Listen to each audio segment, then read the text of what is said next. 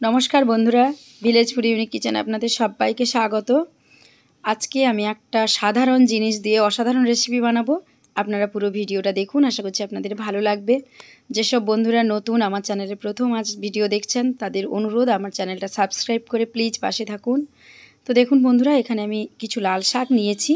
লাল শাকগুলোকে বেছে পরিষ্কার করে নিয়েছি। তো আগে পরিষ্কার করে ধুয়ে নেব জল দিয়ে, কেটে আর ধোবো না। আপনারাও লাল শাক কখনোই কেটে ধুবেন না। তো আমি ধুয়ে নিয়েছি, এবার আমি শাকগুলো কেটে নেব। ধুয়ে জল ঝরিয়ে রেখেছিলাম বন্ধুরা। তো প্রথমে কেটে নিই শাকগুলো।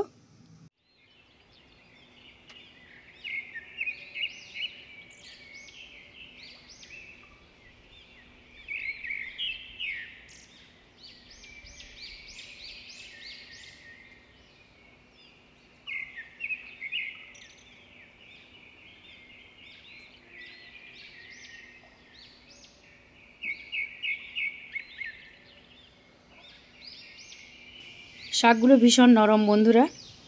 তো এই সময় অনেক বেশি পরিমাণে পাওয়া যায় এই শাকগুলো। এ দেখুন, কড়াইতে আমি তেল দিয়ে দিয়েছি, কড়াই গরম হয়ে গেছে। এবার আমি ওই তেলের মধ্যে দিয়ে দেব গোটা লাল বাদাম। চিনি বাদামগুলো প্রথমে ভেজে নেব। সামান্য একটু লবণও দিয়ে দিলাম বন্ধুরা।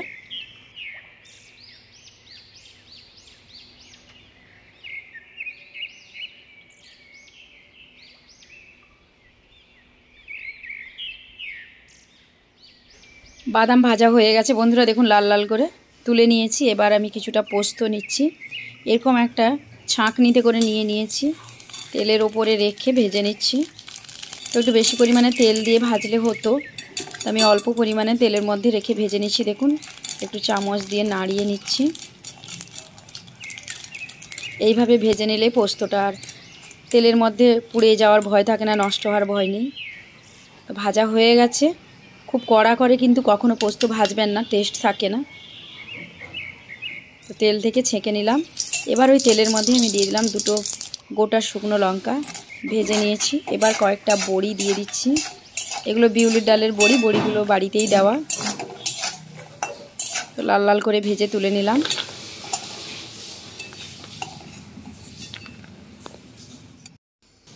এবার ওই তেলের মধ্যে আমি দিয়ে দিলাম কাঁচা পেঁয়াজ আর কাঁচা লঙ্কা।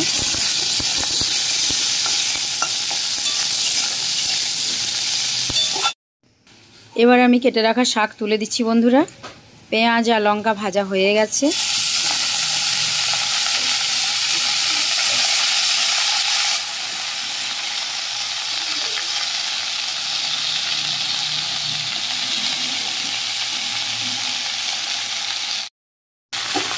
শাকের মধ্যে দিয়ে দিয়েছি অল্প একটু হলুদ গুঁড়ো আর লবণ পরিমাণ মতো।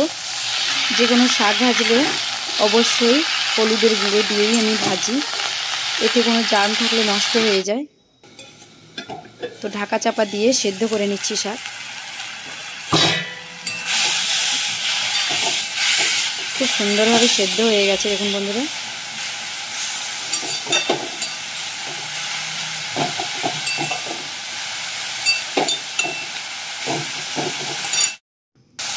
এবার সামান্য একটু চিনি দিয়ে দিলাম বন্ধুরা।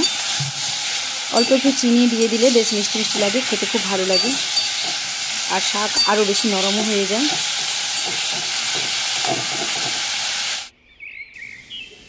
এবার শাক নামিয়ে নিচ্ছি বন্ধুরা একটা থালাতে। সুন্দরভাবে ভাজা হয়ে গেছে। অসাধারণ লাগে খেতে, শুধু একটা পদ দিয়েই এক থালা ভাত নিমেষে শেষ হয়ে যাবে।